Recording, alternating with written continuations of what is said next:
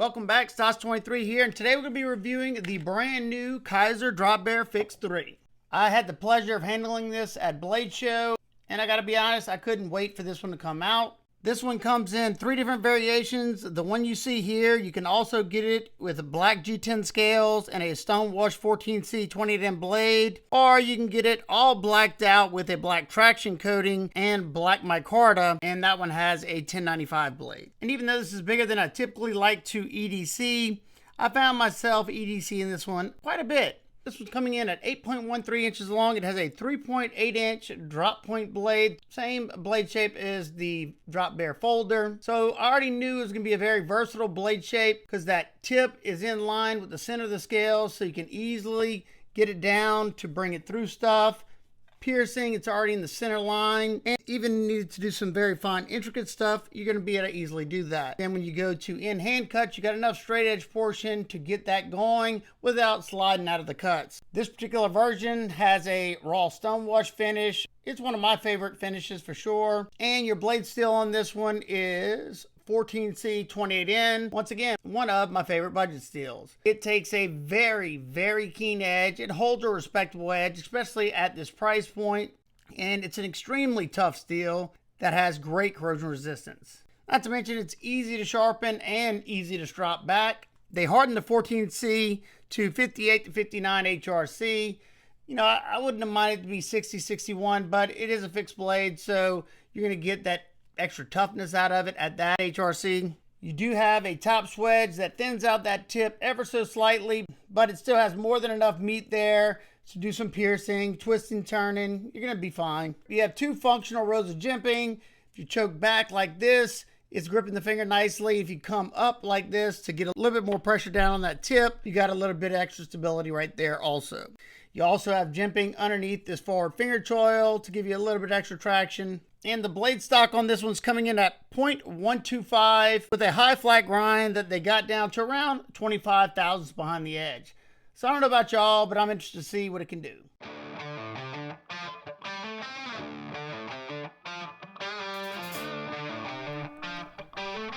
Well, I already expected this one to perform pretty good because the Drop Bear Fix 7 is a much thicker knife, and it's got thicker blade stock. The geometry's thicker, so I knew this one, if that one performed pretty good, which it did, this one would perform even better. And boy, it came with a wicked edge out of box. I mean, very, very sharp. Love seeing that. I have had some Kizers in the past and recently that they were sharp, they just weren't super sharp, and it's always a bummer. It makes my job a lot harder. But yeah, this one came really sharp, and so far so good. Testing those ergos and how that edge wants to bite into the wood. And I gotta say, both of them were fantastic. If you're good at doing this type of stuff, you should be able to make feather sticks rather easily. And the contouring and the palm swell on this one makes it extremely comfortable for long periods of time. I did not feel like I was going to get fatigued at all, even whenever I was pushing as hard as I could into the wood. That's always a great thing. No hot spots to speak of whatsoever. Then that first cut through the sisal rope, that's how I can always tell how much bite the knife has. And man, very, very nice. You got the perfect amount of belly to do these cuts on a flat cutting surface rather easily. No problem whatsoever. And I think this is going to be pretty much the jack of all trades type of knife. It'd be a great hunting knife, skinning knife, or small game skinning knife, should I say. Camp knife, that's probably which role I would put it in, a camp knife, belt knife. You can definitely EDC this because I have been EDCing it since I got it. And I thought it would be a little big for that, but it hasn't been bad. And I don't know exactly what this one weighs yet. I'm going to weigh it after I do the testing, but it's definitely balanced very well. I can feel it's very agile in hand. I'm able to maneuver the knife, you know, quickly, turn it around if I need to, go into a pinch grip pretty easily, and it's pretty seamless. So as you can see, you can use that tip to do your drag cuts. Another thing that I do with my knives a lot is drag through stuff like that with the tip, and these lower tip drop points make it very easy to do. Nothing gave it any trouble whatsoever. That stone wash is pretty smooth finish, so I didn't have any drag whenever I started doing the tubing. And all the way to the last portion of denim, it was doing great. So figured, being this one has a big enough blade to do small kindling, even though I struggled. This is a piece of seasoned firewood that has been drying out in my garage for the last probably 3 years. And it is some hard stuff. You can see I had to like pull it apart from the fibers in there. But now, would this be my first choice if I had to do some kindling? Probably not. I'd prefer to have something with a lot thicker of a spine. But if you need to do it in a pinch, you could do it.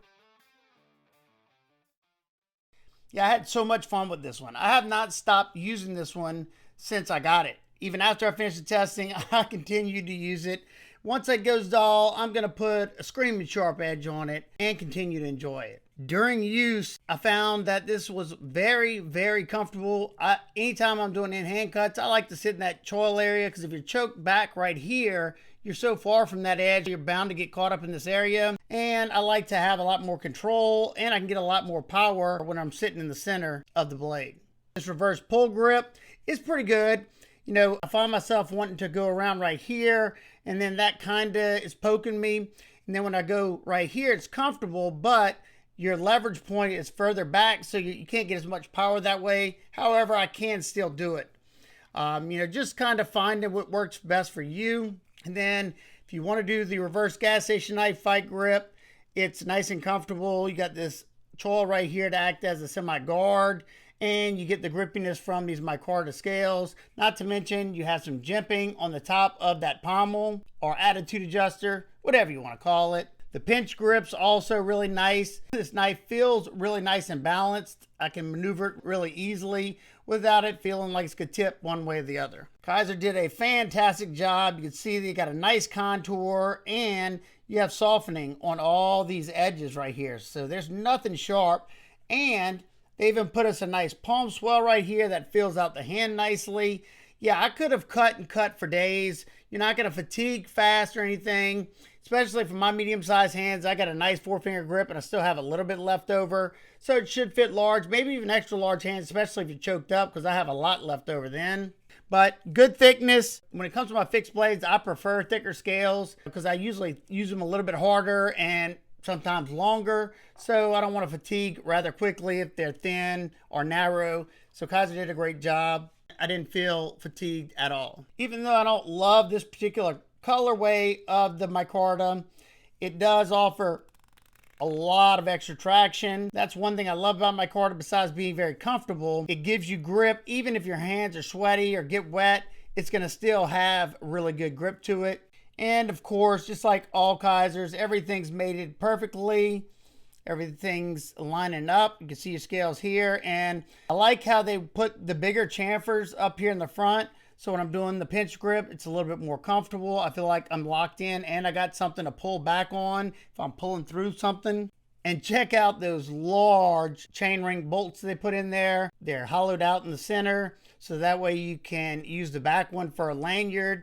Or if you wanted to, you could tie paracord from here to here to lock in your hand if you need to for some reason. But this isn't a chopper, so probably not something you'd be doing. And say if you were batoning in the field and your scales started to loosen up on you, you needed to tighten these up in the field, you could either use a flathead screwdriver. Even this smaller flathead fits, like on some multi-tools. And if you happen to have a penny on you, this particular penny at least fits very nice and snug in there. And how do y'all feel about having a flathead for your scale screws?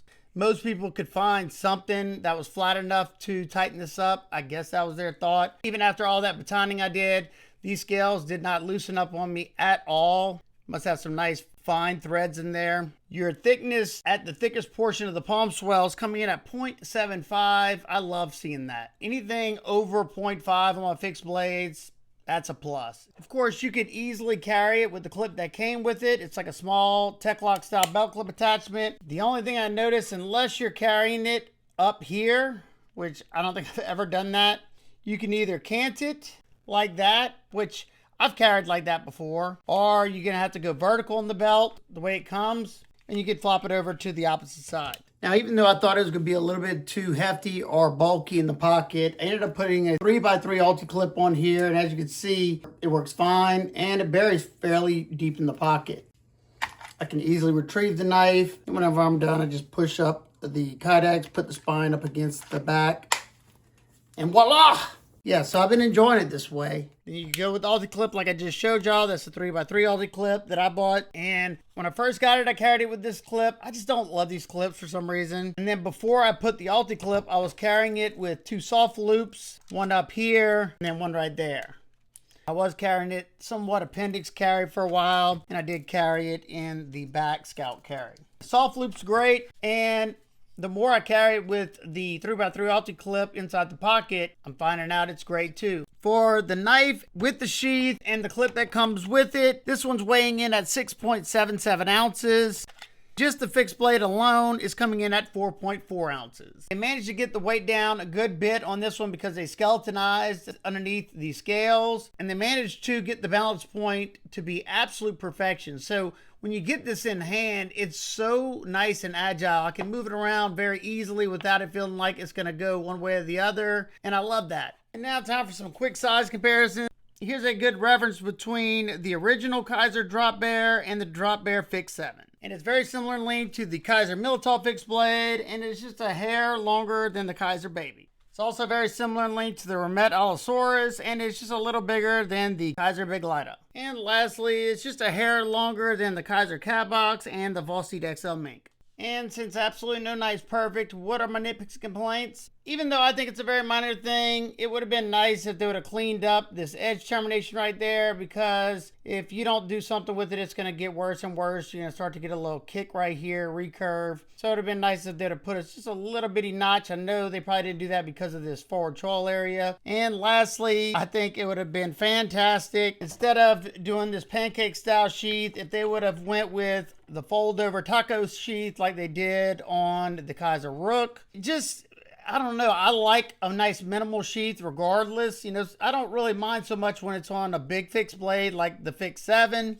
But even that big of a knife, whenever it's done right, I just prefer this. If I want to drop it in the pocket, it's not taking up as much real estate as this would. You can see that this whole top spot, you wouldn't have any of that. Let me know y'all thoughts. How do y'all feel? Do y'all like these pancake style sheaths?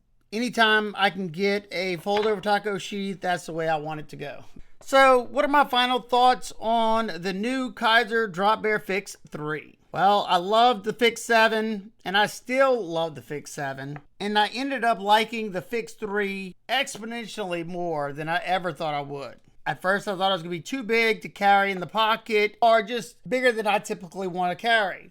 I think you're getting a lot for your money here. The contouring and swell alone on these scales is just hand melting for my medium-sized hands. You got these massive chain ring bolts. 14C is a great budget steel, especially on knives under $100. I like the aesthetics of it, and I love the versatility of it. It sliced well for a fixed blade of this size, and it held up all the way through the end. Not to mention, if you need to make some small kindling, this would definitely work. I think it would be a great little hunting knife, camp knife, and possibly even woods knife if that's what you want to carry it for. The Kizer Fix 3 in this configuration is coming in at $70, as well as the one with the black G10 Stonewash 14C 28M blade. The version with the black micarta and the black traction coating with the 1095 steel, that one's coming in at $60.